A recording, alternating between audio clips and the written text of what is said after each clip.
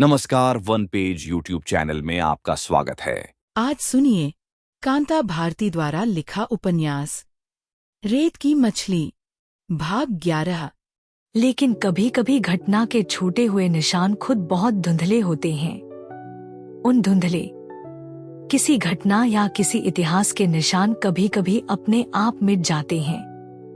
निशानों को देखकर वह कहानी पर पाना मुश्किल होता है। वैसे अब इन सब स्मृति चिन्हों की आवश्यकता भी नहीं है।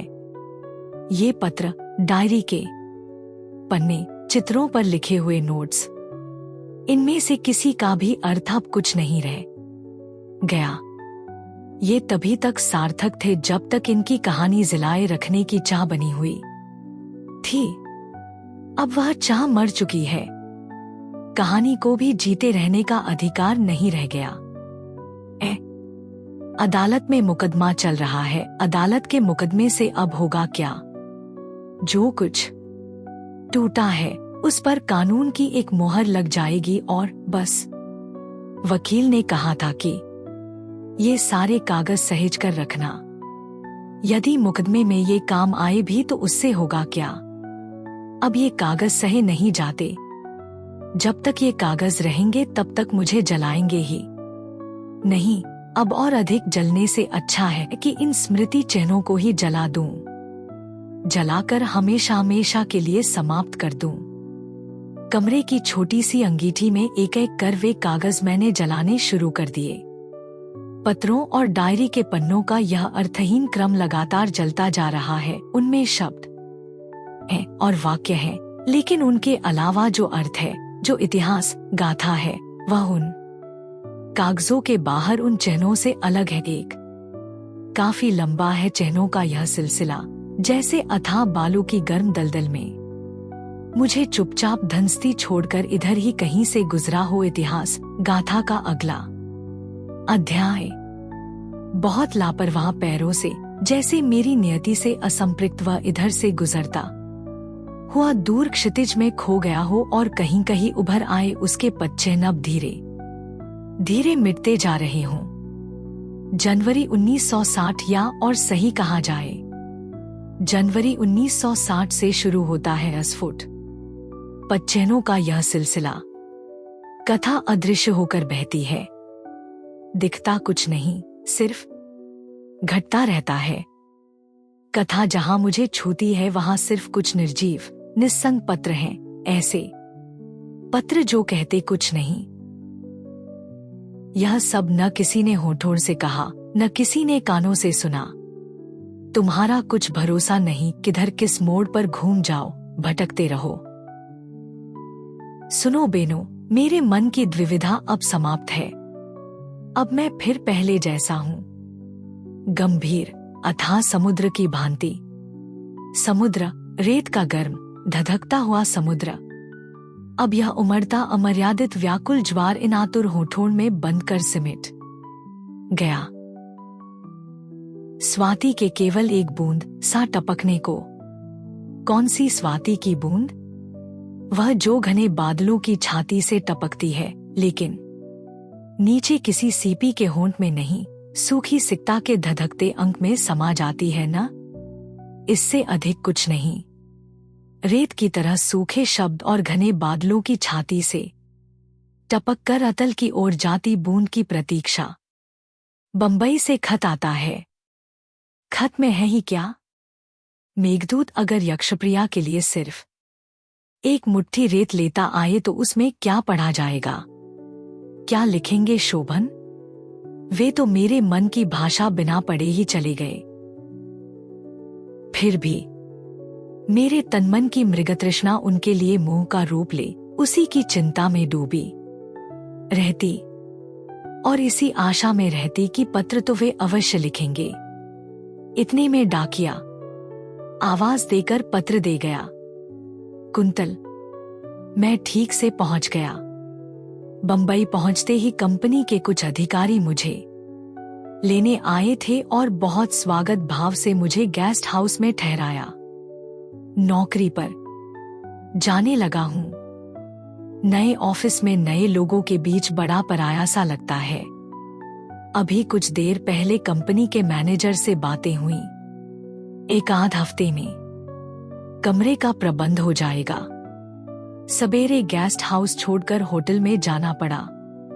लो, मेरे इलाहाबाद के मित्र डॉ. भरत के एक अभिन्न मित्र शर्मा जी अपने एक कमरे के फ्लैट में जबरदस्ती ले जाने का आग्रह कर रहे हैं।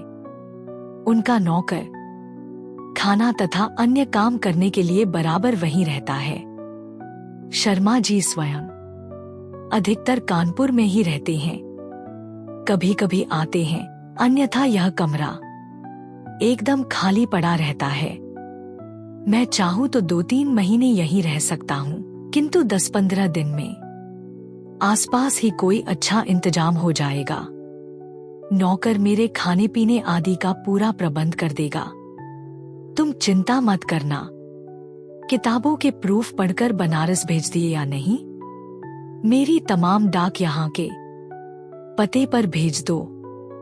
और कोई विशेष बात हो तो लिखना। समूचा पत्र पढ़कर कुछ ऐसा लगा जैसे कहीं बहुत दूर से देखा हो और पहचानने से पहले चेहरा घुमाकर चल दिया हो। कोई गर्माहट नहीं, अंतरंगता का एक शब्द नहीं। अंत में एक रेखा खींचकर लिख दिया गया था, शोभन। किसका शोभन था या कौन सा शोभन था? क्या यह वही शोभन था जिसकी बाहों में कुंतल ने कभी भोर का तारा देखा था? वह शोभन मुट्ठी में भरी हुई रेत की तरह एक एक कण करके बाहर खिसक गया था। इसी समय माँ आ गई थी। मैंने उन्हें बता दिया कि शोभन का पत्र आया है। हमेशा की तरह उत्साह में भरकर वह देर तक आशीर्वाद देती रही। उन्हें शायद पता भी नहीं था कि जिसके लिए वे आशीर्वाद दे रही थी वह अब उस पद पर नहीं रहा था, और उसका बस चलता तो वह आशीर्वाद भी उसी तरह ठंडे हाथों लौटा देता जिस तरह मेरी भावनाओं को लौटाता रहा है। रोज की तरह उनके नाम आई हुई डाक रिडायरेक्ट करने के बाद मैं उनकी किताबों के प्रूफ लेकर बैठती थी, लेकिन अब एक एक पंक्ति बार बार पढ़ने के बावजूद ऐसा लगता था जैसे वह पंक्तियां ओझल हो जाती हैं। उन पंक्तियों की बजाय कुछ संवाद उभरने लग जाते थे, जिनमें से अधिकांश सीधे शोभन को संबोधित होते थे। तुम पत्र का जवाब क्यों नहीं देते? तुम कुछ लिखते क्यों नहीं? तुम कोई बात साफ क्यों नहीं करते? तुम इतने चुप क्यों हो? तुम सच क्यों नहीं बोल सकते शोभन? ऐसे ही एक दिन बिना कुछ बोले उनका उत्तर आ गया। बहुत भयानक था वह उत्तर, बेहद निर्मम। शोभन की नीरस और विरक्त पंक्तियां जहां समाप्त हुई थी पत्र में, वहीं थोड़े से शब्द मीनल ने भी लिख रखे थे।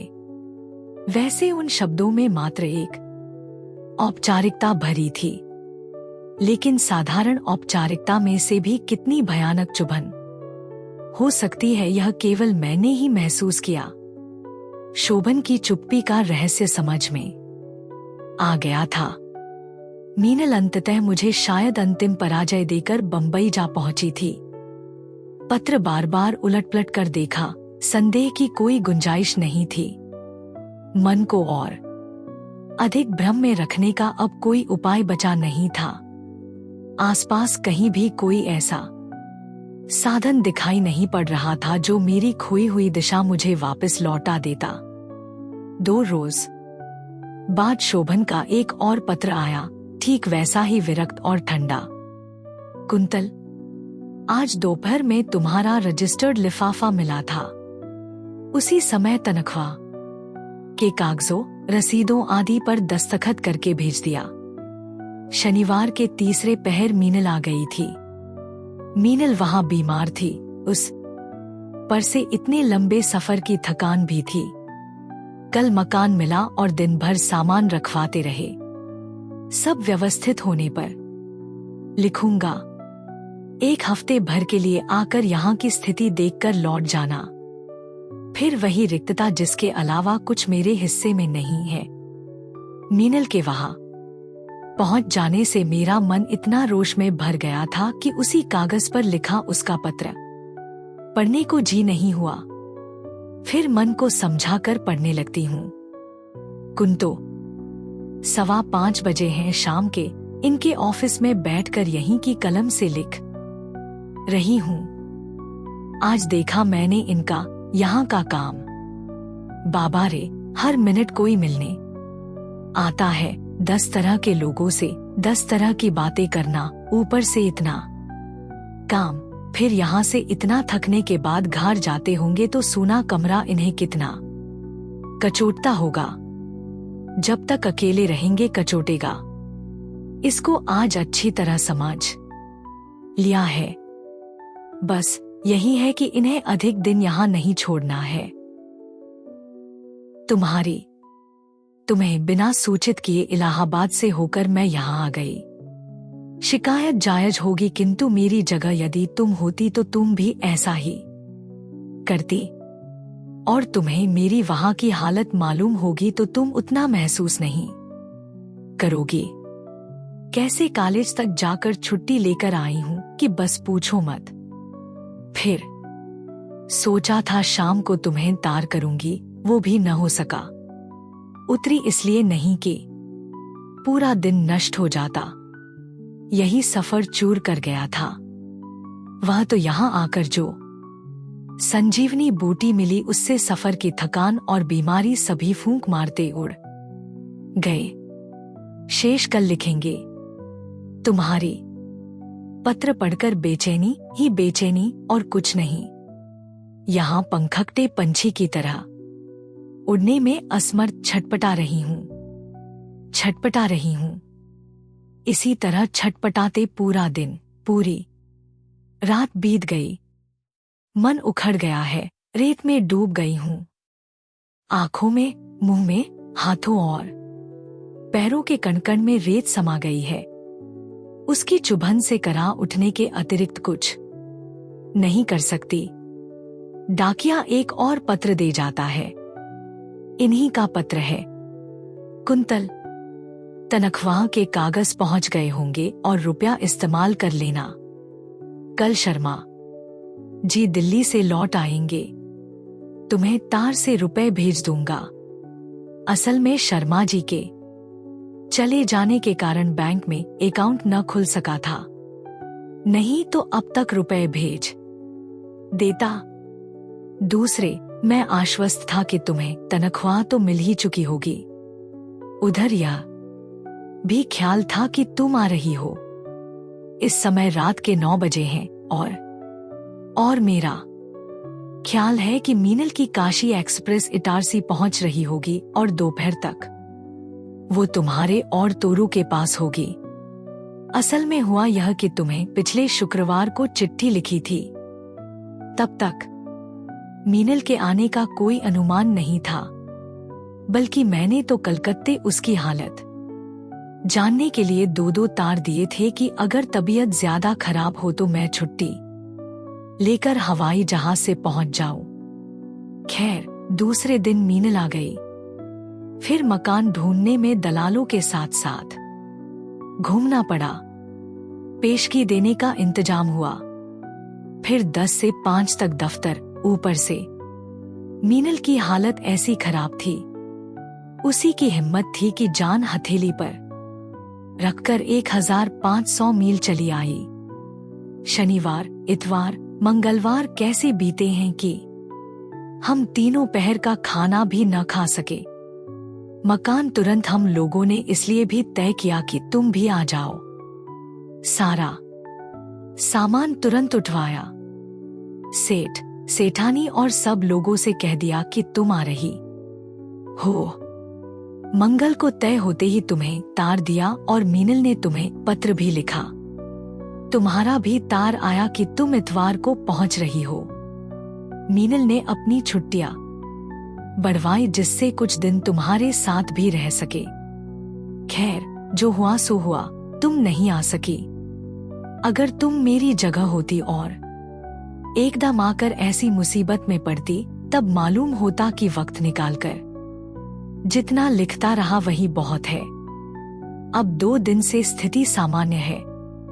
अब काम का फैलाव सिमट गया है और बिल्कुल फुर्सत है। आगे भी अब काम कम होता जाएगा। सेठानी अभी यहीं है। कल मुझे दोपहर खाने पर बुलाया है। अब तुम 15 दिन बाद आओ। आने के पहले मैं तुम्हें लिख दूंगा क्या क्या लाना है। पूजा घर के बाहर रैक रखा है। उसमें पुरानी फाइलों में अंग्रेजी में टाइप पांडुलिपि पड़ी है। वहां $0 भरत को दे देना। अच्छा स्नेह। चलो, शोभन ने अंत में स्नेह तो लिखा, प्यार नहीं तो स्नेह से ही संतोष कर लूंगी। वह भी बना रहे तो मेरे भाग्य है। केवल रिक्तता से तो स्नेह गनीमत है। फिर मीनल आज पहुंच जाएगी। केलिक्रीड़ा से थकी क्लांत होगी, सो कुंतल को उसकी सेवा, टहल और स्वागत के लिए तैयार रहना चाहिए, नहीं तो शोभन से बदला निकलवा लेगी। मन ही मन सोच लिया कि बेबी के साथ अकेली मैं तो स्टेशन जाऊंगी नहीं, चाहे कुछ भी हो जाए। इसका फल जो होगा देखा जाएगा। दोपहर हो आई पर मीनल का कहीं पता निशान नहीं। शायद गाड़ी लेट हो या स्टेशन पर कोई स्वागत के लिए आया न देख देवी लौट गई हूं। इन्हीं सब विचारों में खोई थी कि डाकिया एक पत्र दे गया। लिखाई तो मीनल की थी। खोलकर देखा तो ये फरवरी की 1 तारीख के भी पहले का पत्र है और इतने दिनों बाद आज कुछ बात रही होगी। खैर, पढ़ने लगती हूं। कुंतो सुबह के 5 बजे हैं। सिर और कमर में बेहद दर्द है। पैरों की नसें भी मुड़े मुड़े बुरी तरह खिंच रही हैं। इतना कष्टप्रद सफर मैंने आज तक नहीं किया। यहां आ गई हूं। फिर ये है, कल तक एकदम ठीक हो जाऊंगी। मैं तो तुम्हें आते हुए साथ लेती आती, पर यहाँ की स्थिति वही शर्मा जी के एक कमरे के मकान की थी। बड़ा मकान मिलते ही तुम्हें बुला लेंगे। इस एक कमरे में मैं और शोभन हैं। तुम्हारे और बच्ची के रहने की जगह कहाँ? मकान मिलते ही लिखेंगे। तुम्हारी मीनल। मेरे लिए और तोरू के लिए जगह नहीं है। मेरे अपने ही घर में जगह नहीं है। मेरे अपने पति के घर में मेरे लिए जगह नहीं है। एक दिन शोभन ने मुझसे कहा था वे अपने घर में मेरी प्रतीक्षा कर रही हैं और मैं अपना घर, अपने स्वजनों का घर छोड़कर आ गई थी। अब उसी घर में मेरे लिए जगह भी नहीं थी और तोरू के लिए भी नहीं थी। हताशा और बेचैनी से छटपटाती हुई मैं उस समय अपना सिर पटककर चूर क्यों नहीं कर सकी थी। हाँ, मुझे ठीक याद है, खिड़की की चौखट पर एक हरी लेकिन डरावनी शाख जैसे मुझे एकटक घूर रही थी। मैं कांप गई। यह वही जंगली लतर थी जिसने धीरे धीरे करके फुलबगिया के सारे पौधे निगल लिए थे और जब वह घर की चौखट के अंदर आ पहुंची थी, मेरे मुंह से अनजाने ही एक चीख निकली थी और आंखों के आगे अंधेरा छाता चला जा रहा था। फुलबगिया की उस दुनिया के व्यंजन नहीं थे। डबल रोटी, अंडे और कुछ जैम। अपनी दुनिया से बहुत दूर एक जो दूसरी जिंदगी शुरू हो रही थी, उसका यह पहला प्रसाद था। रात काफी हो आई थी। बहुत गहरे सन्नाटे में बहुत दूर कहीं एक अकेला कुत्ता चौंक कर भौंकने लगता था। जलाए हुए कागजों के साथ मेरी नींद भी जैसे जल गई थी। कुमुद ने अंधेरे में भी खुली हुई मेरी आंखों को जिस तरह अपनी उंगलियों से बंद किया, उस स्पर्श से मैं आविष्ट हो आई। अंधेरे में ही धीरे से बोली, सुनो कुंतल, मैं चाहती तो नहीं थी कि तुम्हें बताऊं, पर मैं सोचती हूँ कि अगर मैं तुम्हें बता दूं तो शायद तुम्हारा मन परिस्थिति के प्रति ज्यादा तटस्थ हो सकेगा, तुम्हारा मोह भी शायद कम हो।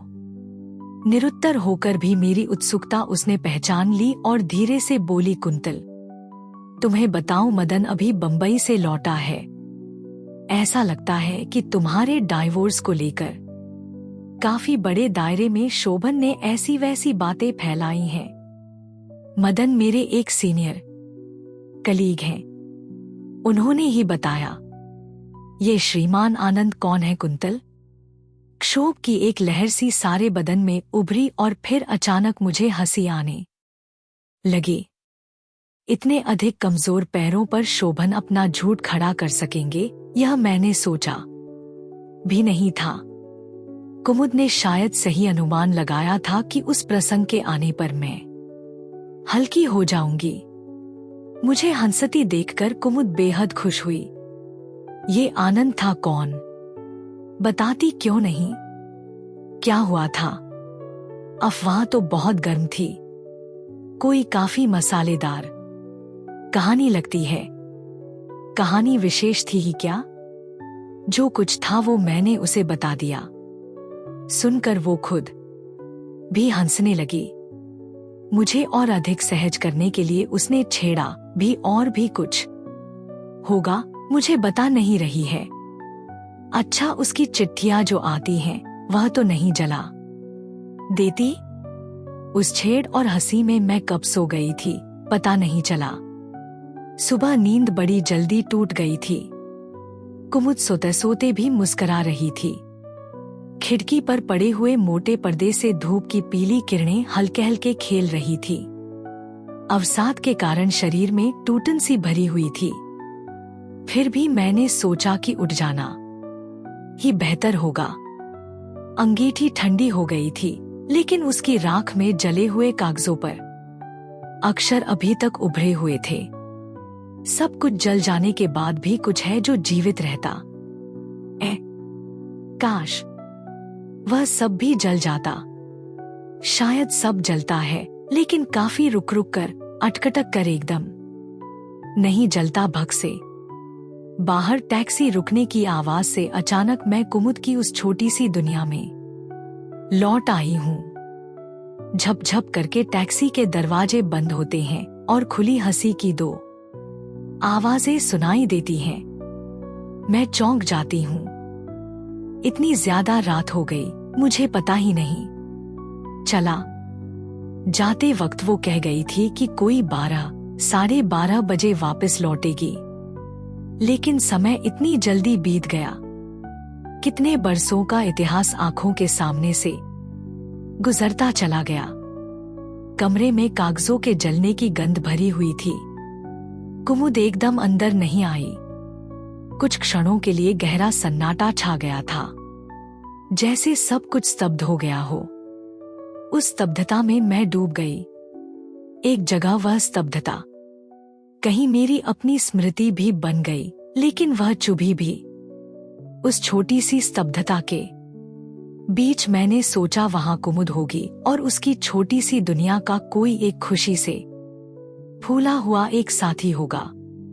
बिल्कुल ठीक ऐसी ही एक दुनिया यहां से बहुत दूर कई बरस पहले बंबई के उस छोटे से कमरे में भी छूट गई थी, जिसमें मेरे और तोरू के लिए जगह नहीं थी। बाहर अंधेरे में हल्के स्वरों में कुछ कहा गया। इस बार टैक्सी का एक ही दरवाजा बंद हुआ और टैक्सी चली गई। थोड़े से अंतराल के बाद अपने आप गुनगुनाती हुई कुमुद अपना बैग झुलाती हुई अंदर आई और ठिठक गई। अजीब तरह से नाक चढ़ाकर उसने कहा, क्या जला रही हो कुंतल? सारे कमरे में गंध भरी है। उत्तर क्या देती? मन बिल्कुल स्वस्थ नहीं था। मुझे पता नहीं चला था, लेकिन हो सकता है कि उन कागजों के जलने से अप्रिय गंध पैदा हुई हो। एक मरा हुआ इतिहास जलने से सुगंध तो उठेगी नहीं। कुमुद मनस्थिति समझ गई थी, इसलिए उसने अधिक सवाल नहीं किए। कपड़े बदलते हुए उसने इतना जरूर कहा, तुमने अच्छा ही किया कुंतल कि ये सब जला दिया। जलाने के बाद तुम अपने प्रति भावुकता छोड़ सकोगी। लेकिन एक बात बताओ कुंतल, जिस दुनिया को छोड़ आई हो उससे अब ऐसा लगाव क्यों बना रखा है? उत्तर मैंने इस बात का भी नहीं दिया। कुमुद समझ गई कि मेरा मन कहीं गहरे से आंदोलित है।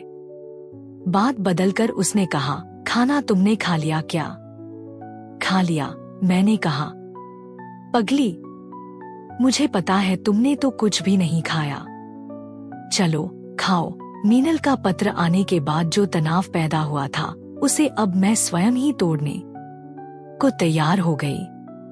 ठीक है, यही सही। यदि घर में जगह नहीं तो वह घर भी मेरा नहीं। ऐसे तो यह तनाव बढ़ता ही जाएगा। खींची जाने वाली रस्सी से बंधे रहकर घिसटते जाने से अच्छा है रस्सी काटकर अपने को मुक्त कर लो।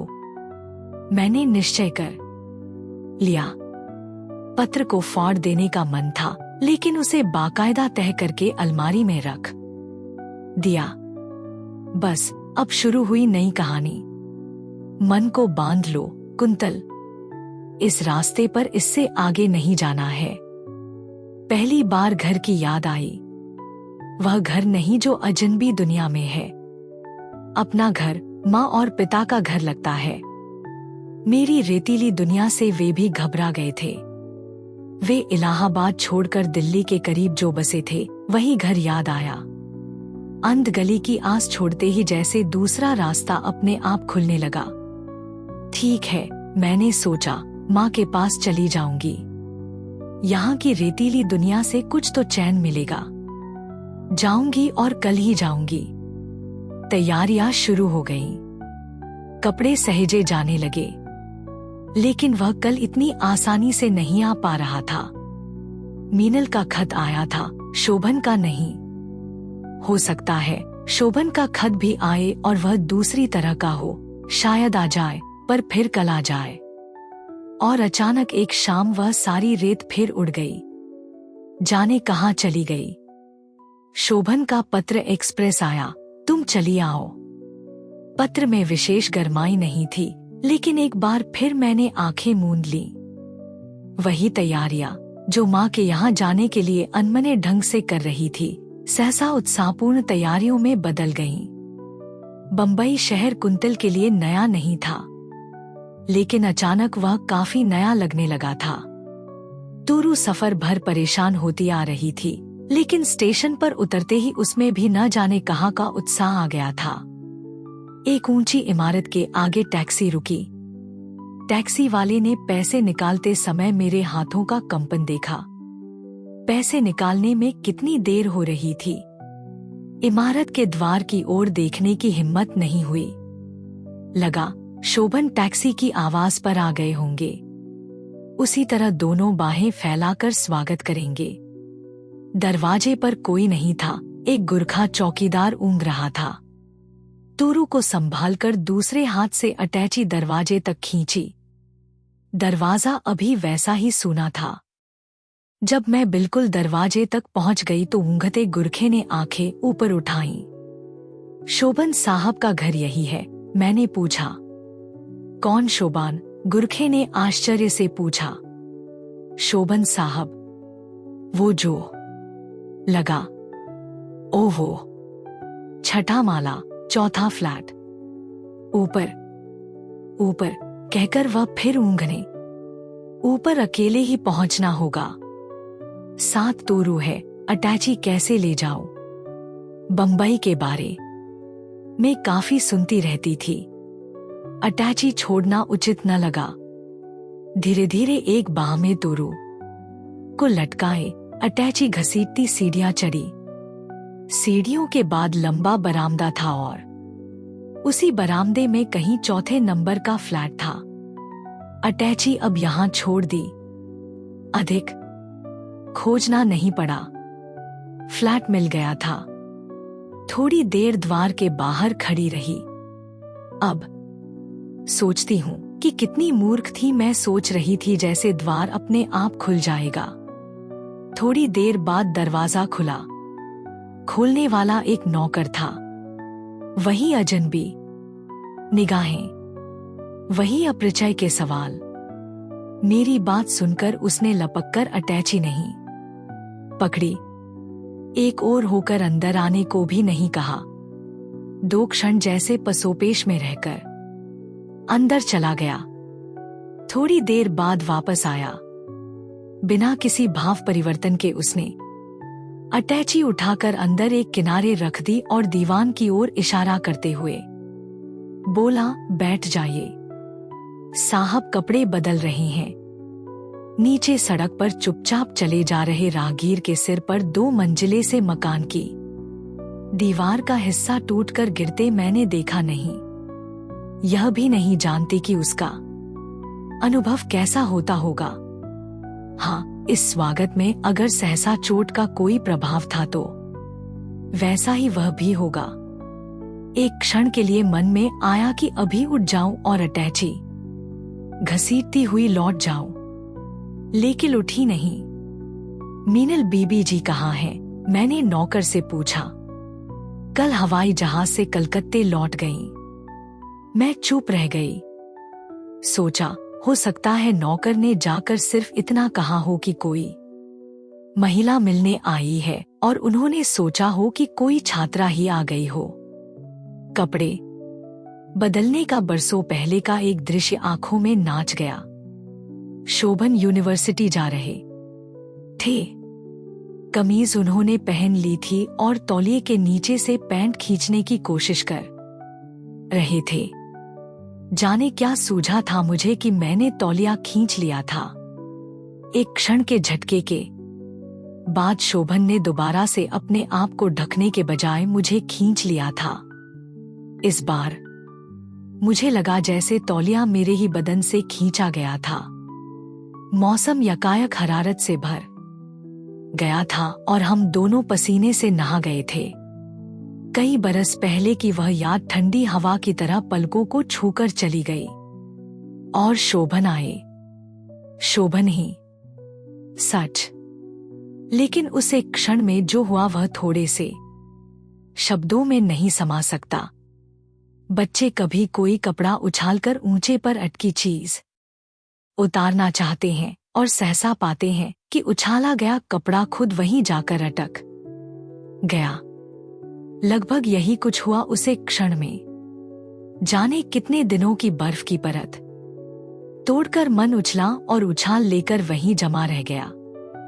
शोभन आए। शोभन ने देखा और फिर मैंने पाया कि शोभन के चेहरे पर जो कुछ था वह न देखती तो अच्छा था। वहां एक बहुत ठंडा निष्प्राण सवाल चिपका हुआ था। उस सवाल के शब्द कुछ भी हो सकते थे, यानी ठीक हो या कब आई या क्या आना बहुत जरूरी था। इससे भी अधिक शब्दों की आवश्यकता होगी, बल्कि संभवतः एक समूचे ग्रंथ की आवश्यकता होगी उस एक क्षण की व्याख्या के लिए। मेरा मन ठहर गया, बल्कि भय से सिमट गया। एक क्षण देर से ही मैंने नमस्कार किया। तूरू आश्चर्य से उनकी ओर देख रही थी, संभवतः उससे अधिक आश्चर्य से वे अपने आप को देख रहे होंगे। तूरू के चेहरे के सामने चुटकी बजाकर उसे बहलाने का छोटा सा नाटक करने के बाद शोभन ने नौकर को आवाज दी और बोले, इनके लिए तौलिया साबुन वगैरह बाथरूम में रख दो। तुम चले कहाँ जाते हो? स्वर की हल्की सी तिक्तता शायद मेरे लिए थी। परिस्थिति को एक बार नए सिरे से संभालने के लिए मैंने जल्दी में ही अपने को दोबारा समेटा। आपका स्वास्थ्य कैसा है? मुझे उत्तर देने में उन्होंने जल्दबाजी नहीं की, लेकिन पूरी तरह से विरक्त भी नहीं हुए। बहुत अनमने और व्यस्तता भरे स्वर में बोले, ठीक हूँ, ऑफिस जल्दी जाना है, बोर्ड ऑफ डायरेक्टर्स की मीटिंग है। जिस तरह खींचकर उन्होंने जुराब चढ़ाई उससे लगा जैसे वे अपने आप पर कोई भरत चढ़ा रहे हों। कहा, तूरू आपको बहुत याद करती थी, रास्ते भर आपको पुकारती आई। मैंने फिर उत्तर की बजाय और अधिक व्यस्त होकर उन्होंने उसी तरह एक बार तूरू के सामने चुटकी बजाई और पहले से भी ज्यादा ऊंची आवाज में नौकर से बोले, मेरा नाश्ता लगाओ। क्या कर रहे हो? मुझे लगा बर्फ को तोड़ना इतना आसान नहीं है, कम से कम अभी तो नहीं ही। तोरू को मैंने नीचे बैठा दिया और एक नजर कमरे पर डाली। अपनी फुलबगिया के ऊपर का नीला कमरा एक क्षण के लिए कौंध गया और लगा उसी एक क्षण में भयानक अपरिचय बिखेर गया। कहाँ थी वह गंध? कहाँ थी गाढ़े परिचय की वह गुनगुनी रोशनी? देखो, उसे जमीन पर क्यों बिठा दिया? ऊपर बिठाओ या अंदर, कहते कहते वे रुक गए। अंदर पलंग पर तोरू के बैठाए जाने का हुक्म वे पूरे अधिकार से दे सकें। इस स्थिति में शायद नहीं थे। फिर भी मन बड़ा आश्वस्त हुआ। तोरू को अंदर नहीं ले गई। थोड़ी बड़ी हो गई थी, इसलिए गिर जाने का डर कम था। इसलिए उसे सोफे पर बैठा दिया और बाथरूम चली गई। बाथरूम जाना बहुत आवश्यक तो नहीं था, फिर भी लगा थोड़ी देर कम से कम पलायन के रूप में ही सही वहां आना आवश्यक था। कोई 10 मिनट लगे होंगे वहां। उस बीच बातचीत का एक और छोर मैंने खोज लिया। सोचा, इस बीच शोभन को लिखे गए पत्रों के बारे में पूछूंगी कि वे मिले या नहीं, और इसके अतिरिक्त उनके साप्ताहिक के बारे में लेखकों की प्रतिक्रिया बताऊंगी। हाथ मुंह धोकर मन थोड़ा शांत हो गया था। बाहर आई। तोरू के आसपास सोफे पर कुछ रंग बिरंगे कागज और पत्रिकाएं बिखरी हुई थी। मन को बहुत अच्छा लगा। तोरू उनमें व्यस्त थी। उसे प्यार करके मैं अंदर गई। मेज पर एक प्लेट में आधा खाकर छोड़ा नाश्ता और आधा कप पी गई चाय पड़ी थी। नौकर मेरे अंदर आते ही उसे समेटने लगा। मैंने अनायास पूछा, साहब चाय नहीं पिएंगे? उनको जल्दी जाना था बीबी जी, उसने बहुत ठंडे लहजे में कहा और बर्तन समेटता रहा। जाना था? क्या मतलब, चले गए? मैंने अचकचाकर पूछा। जी, बोल गए हैं लंच दफ्तर में करेंगे। आपके लिए क्या बनाऊं बीबी जी? नौकर ने किचन की ओर लौटते हुए पूछा। मुझे लगा वह कहीं दूर से बोल रहा है या फिर मेरे कान बंद हो गए हैं। बहुत कठिनाई से ही मैं कह सकी, कुछ नहीं। आपने तो जी नाश्ता भी नहीं किया अभी, उसने कहा, लेकिन अब और सुनने की स्थिति में मैं नहीं थी। सुनाई दे भी नहीं सकता था। तोरू अभी उन कागजों से खेल रही थी। अगर उस समय कुछ सुनाई दे रहा था तो वह था नीचे सड़क का शोर, बेतरह शोर, लगातार बढ़ता जाता शोर। वह शोर कानों में कभी कभी आज भी बजता है, समुद्र के ज्वार की तरह उमड़ते। उस शोर में मैं थी वहां अकेली, असहाय, किसी भी क्षण 2 पैरों के नीचे से धरती खींच लिए जाने की प्रतीक्षा करती हुई। खिड़की के नीचे कितनी दूर होगी सड़क? अगर इस खिड़की से कूद जाऊं तो क्या यह शोर एक क्षण के लिए थमेगा? इसके बाद सारा दिन सफर से टूटे शरीर को मैं उस खिड़की से दूर, अलग खींचती रही। क्या होगा तोरू का अगर मैं? नौकर 2 बार तोरू के लिए दूध ले आया था। बहुत आग्रह के बाद भी मैं दोपहर को कुछ खा नहीं सकी थी। शाम के करीब 1 कप चाय भर पीकर बैठी रही। नौकर तोरू को लेकर नीचे चला गया। उस अकेलेपन के एक दिन को किस तरह नाप सकी, यह स्वयं आश्चर्यजनक है। शाम को भी नहीं, रात को आए शोभन। नौकर शायद उन्हें नीचे ही मिल गया था। वह उनकी फाइलें ला रहा था। शोभन जिस तरह अंदर आए उससे यकायक में भयभीत हो उठी। पहले तेजी से अंदर आए। अंदर शायद उन्होंने बोले जाने वाले संवादों को दोबारा तोला। उसके बाद इस कमरे के दरवाजे तक आकर तीखी आवाज में बोले, आखिर यह तरीका क्या है? यहां भी नाटक शुरू हो गया। मैं अचकचाकर उठ पड़ी।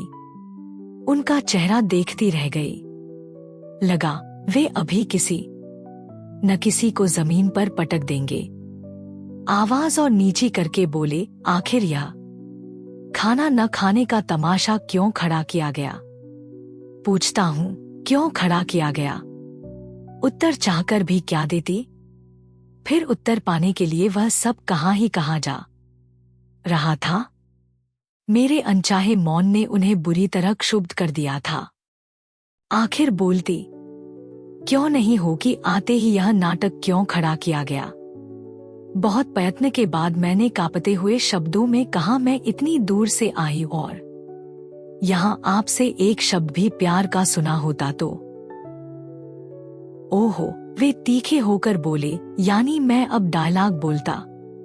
तुम्हारा दिमाग तो सही है, मेरी व्यस्तता का भी कुछ ख्याल है, मेरी उलझनों की कोई कीमत है। तुम्हारा मतलब मैं काम छोड़ दूं? और तोरू अचानक ही रो पड़ी। जाने क्यों? संभवतः वह इस विवाद में हस्तक्षेप करना चाहती थी। मैं उसकी ओर घूमी और उसी क्षण शोभन भी जाने क्या क्या बोलते हुए दूसरे कमरे में चले गए। घर में फिर वही निर्मम सन्नाटा और नीचे सड़क का रौंदता हुआ शोर बाकी बच गया। बीच में फोन की घंटी बजी। फोन शोभन ने ही उठाया होगा। कुछ देर में बोले जाने वाले शब्दों ने स्वयं ही मुझे पकड़ लिया। वे किसी से कह रहे थे, हाँ कुंतल आई है, यस तोरू भी है, जरूर मिलवाऊंगा, दोनों से मिलाऊंगा। कुंतल अभी तो थकी है इसलिए लंच मत रखो, मैं खुद कॉन्ट्रैक्ट कर लूंगा। शब्द सुने, अपने बारे में अंदर से बोले गए शब्द, लेकिन नहीं, अब और अपने आप को छल नहीं सकती। ये शब्द मुझे और धोखा नहीं दे सकते। समझ गई थी कि अंदर घोंट घोंट कर मारी जाने वाली कुंतल को बाहर प्रिया के रूप में प्रदर्शित किया जा रहा था। शब्द और अधिक छल नहीं सकेंगे। मैंने निश्चय किया। मन में फिर वही जलन पैदा हो गई थी, वही जो एक बार भड़कती थी तो लपटों में अंग अंग समेट लेती थी। कैसे बीतेंगे और दिन रात? रात की ध्वनियों की अपनी अलग अलग पहचान होती है, चाहे किसी भी जगह की रात हो। और ऐसा व्यक्ति रात की ध्वनियों को कितने गाढ़ेपन से पहचानता है, जिसके जीवन की कुल जमा पूंजी अब केवल कुछ रातों का अनुभव ही रह गया हो। रात बढ़ रही थी और रात की ध्वनियां निकट आती जा रही थी। सड़क का शोर अब उतना उलझा हुआ न होकर स्पष्ट और भारी हो गया था और सड़क के उस पार किनारे पर अपने आप को पटकते हुए समुद्र की उसांस बार बार कमरे में झांक जाती थी। शोभन की कोई आवाज अब सुनाई नहीं दे रही थी। इसी एक परिस्थिति का सामना करने में मन कांप रहा था। बहुत देर तक अपने को उकसाकर मैं उठी। तोरू को शाल उड़ा दिया था। बहुत धीरे से शोभन के कमरे की ओर बढ़ी। शोभन कमरे के दूसरे कोने पर एक चमकदार डेस्क पर लैंप की रोशनी में कुछ पढ़ रहे थे। वे पढ़ते रहे। मैंने धीरे से कहा, आप सोएंगे नहीं? शोभन कुछ नहीं बोले। मैंने दोबारा वही प्रश्न पूछा। 2 पल रुककर उन्होंने किताब किंचित खींच से बंद की और बोले, तुम्हारा बिस्तर लगा दिया गया है, मुझे काम करने दो। तुम्हारा बिस्तर? बस अब इससे अधिक नहीं। लेकिन उपाय? राह? खिड़की के नीचे एक छलांग? 1 दिन, 2 दिन, 3 दिन लगता है। मैं वह अभियुक्त हूं जिसके अदालत में पहुंचने से पहले ही सजा सुना दी गई। सजा एकांत कारावास। कारावास में केवल वह खिड़की है जो अपनी लगती है और कुछ भी तो नहीं। लेकिन कितना भयावह है वह अपनापन। सारे दिन के उस रौंदने वाले सन्नाटे में कभी कभी इशारे से वह खिड़की बुलाने लगती है और फुसफुसाकर पूछती है, तुम्हें रास्ता मिला? नहीं, मैं घबरा कर कहती हूँ। नीचे देखो, रास्ता है या फिर उस समुद्र को देखो। कितनी शीतल समाधि होती है। समुद्र और खिड़की रहस्यपूर्ण हंसी हंसती है। समाधि, यह घर क्या सचमुच समाधि है? एक मकबरा जिसमें मेरे सामने मेरी ही कब्र है, सीलन भरी, कठोर, ठंडी। दरवाजे पर जो घंटी लगी हुई है उसे ठीक ठीक घंटी कहना सही नहीं होगा। विचित्र आवाज होती है, जैसे किसी ने कोई चीज बलपूर्वक चीर दी हो। कम ही बजती है, किंतु बजती है तो बहुत कष्टदायक लगती है। सोचती हूँ उसकी यह ध्वनि ठीक ही है। जब जब वह बजी मेरे अंदर कुछन कुछ चीर गई। वह बजी, दरवाजा खोला, अखबार वाला है। विचित्र दृष्टि से मुझे देखकर पूछेगा, मेम साहब नहीं है? फिर चला जाएगा। दूध वाला, सब्जी वाला, मक्खन, डबल रोटी वाला। मेम साहब नहीं है। नहीं, मेरे कहते नखते लौट जाएंगे सब, जैसे मेरा वहां होना निरर्थक है। मीनल के अलावा यहां और किसी की कोई पहचान नहीं। वही तकलीफ देने वाली। घंटी बजती है। तार वाला आया है। तार है। दस्तखत करके ले तो लिया, लेकिन खोलने की हिम्मत नहीं होती। शोभन नाराज न हो। फिर वही खिड़की की चुपचाप मुझे बुलाने की आवाज। रात को शोभन लौटे तो सबसे पहले तार पर ही उनकी नजर पड़ी। खोला, पढ़ा, पढ़कर थोड़ी देर चुप। नौकर कॉफी रख दी थी, वह भी ज्यों की त्यों पड़ी रही। उठकर टहलने लगे। फिर जैसे कुछ याद आया, कहीं फोन मिलाया। फोन मिलने पर पूछा, कलकत्ते के लिए अर्लीस्ट फ्लाइट कितने बजे है? यस, एक सीट, राइट। फ्लाइट कलकत्ता, एक सीट। चित्र एक क्षण में पूरा हो गया। तार में क्या लिखा होगा यह समझना कठिन नहीं था। फोन रखकर थोड़ी देर टहलते रहे, फिर बोले, देखो तोरू का ध्यान रखना, मीनल की तबीयत ठीक नहीं है। और हाँ, ऑफिस से फोन आए तो कहना कलकत्ते के बारे में मत बताना। कहना कुछ भी कह देना, कलकत्ते के बारे में मत बताना। लगे। अगर आपको यह कहानी पसंद आई तो सब्सक्राइब करें और बेल आइकन दबाएं। अपने सुझाव कमेंट बॉक्स में बताएं। अगली कहानी तक शब्दों की दुनिया में डूबे रहे। धन्यवाद।